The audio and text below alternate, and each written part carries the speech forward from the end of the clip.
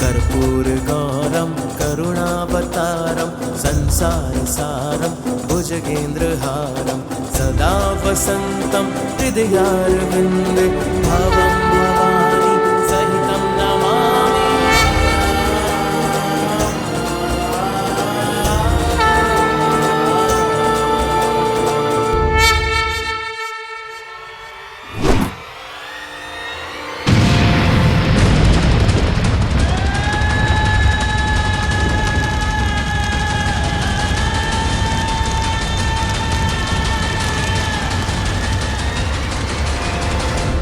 गणों, जाओ और महादेव को पुनः कैलाश लाने का प्रयास करो। कुछ भी करके उन्हें शांत करना होगा। महादेव का यह असंतुलित रौद्र रूप संसार के संतुलन के लिए कदापि हितकारी नहीं है। उनके अभाव में इस संसार का संचालन असंभव है।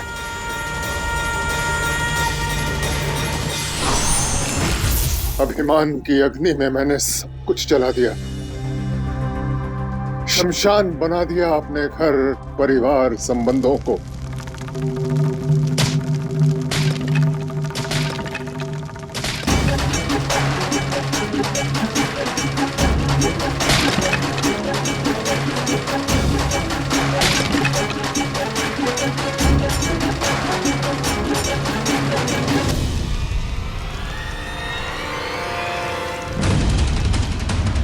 महादेव प्रजा का पालक प्रजापति होता है, इसलिए उसे जीवित रहना अति आवश्यक है।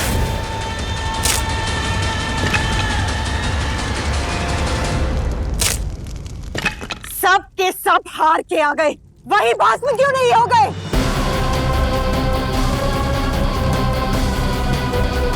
राजा बलि संसार पर राज करोगे? शिव का एक अंश रुद्राक्ष से निकला हुआ भैरव और तुम इतने सारे, फिर भी प्राण बचाते हुए दौड़ के आ गए। कुपुत्रों पर विश्वास किया मैंने। यदि इतने ही दुर्बल थे तो ब्रह्मांड पर राज करने का स्वप्न छोड़ दो। शांत रहो दीदी, इतनी अधिक उत्तेजना उचित नहीं है। शांत हो जाओ? क्यों? किस बात के लिए कि इतने सब मिलकर भी विजय प्राप्त नहीं कर पाए? न शक्ति काम आई, न युक्ति काम आई। मुझे शांति का पाठ पढ़ाने से उचित होता कि आप किसी शक्ति का निर्माण करते जिससे असुरों को विजय प्राप्त होती, परंतु आपके पास तो असुरों की विजय के लिए कोई रणनीति नहीं है। दीदी, अपनी मर्यादा में रहो। स्मरण रहे, मैं शुक्राचार्य हूं, असुर गुरु। बुरा लगा? मुझे भी लगा, परंतु पराजय ही सत्य है। यदि सत्य का दर्पण देखने से आप अपमान का अनुभव कर रहे हैं तो ये आपकी समस्या है, मेरी नहीं। ये भ्रम है आपको कि आप देव गुरु बृहस्पति से अधिक योग्य हैं।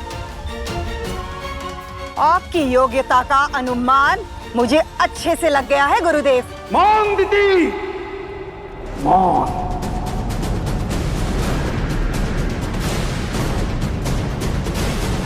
यदि तुम एक स्त्री न होती तो सौगंध है मुझे मेरे आराध्य महादेव की, आप इसी क्षण मृत्यु को प्राप्त हो जाते। आप तो रहने ही दीजिए गुरुदेव, केवल महादेव की सौगंध खा सकते हैं और आपके शिष्य महादेव के भैरवों से मार खा सकते हैं।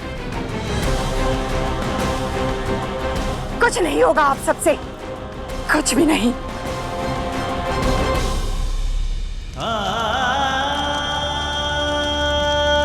धन्य है महादेव और धन्य है वो जिसके शव के अंत्येष्टि के लिए लकड़ी स्वयं महादेव ने तोड़ी। हर हर महादेव, हर हर महादेव।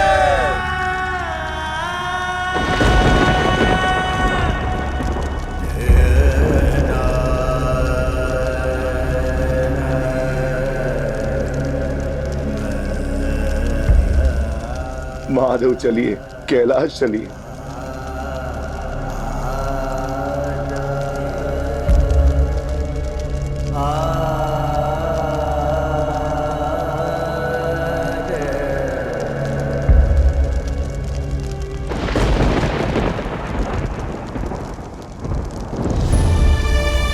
हाँ महादेव, हाँ,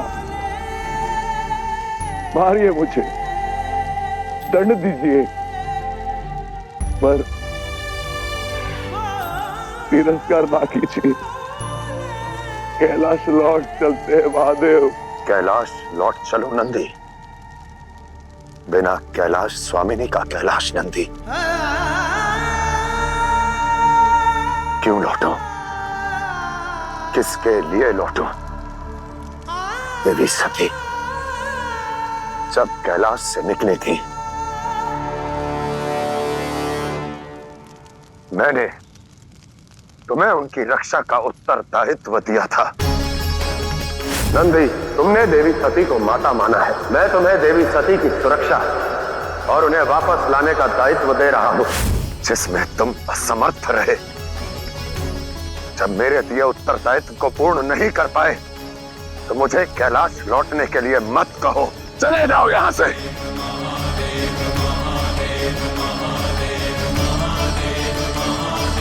मुझे किसी के साथ की आवश्यकता नहीं, तुम्हारे भी नहीं।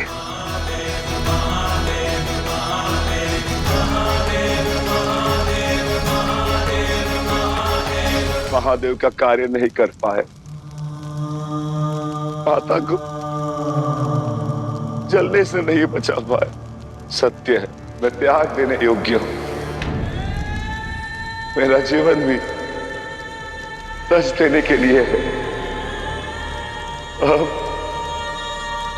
क्या करूंगा जी के?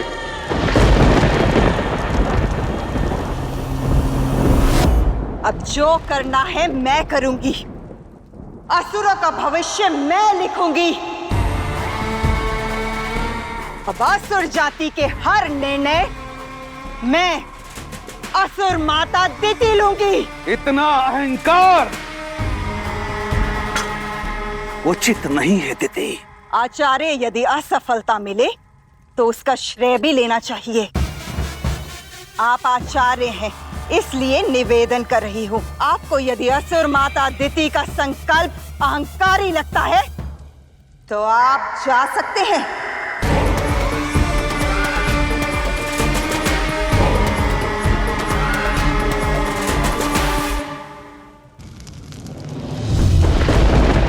मैं भी आत्मदाह करके अपने प्राण त्याग दूंगा। कदाचित स्वयं की दृष्टि में मलिन तो नहीं रहूंगा। क्यों ना करूं मैं? शिव की भक्ति मेरा जीवन है। यदि मेरे महादेव ही मुझसे क्रोधित है तो मैं जी के क्या करूंगा? मैं उस जलती हुई चिता में भी कूदकर जल जाऊंगा।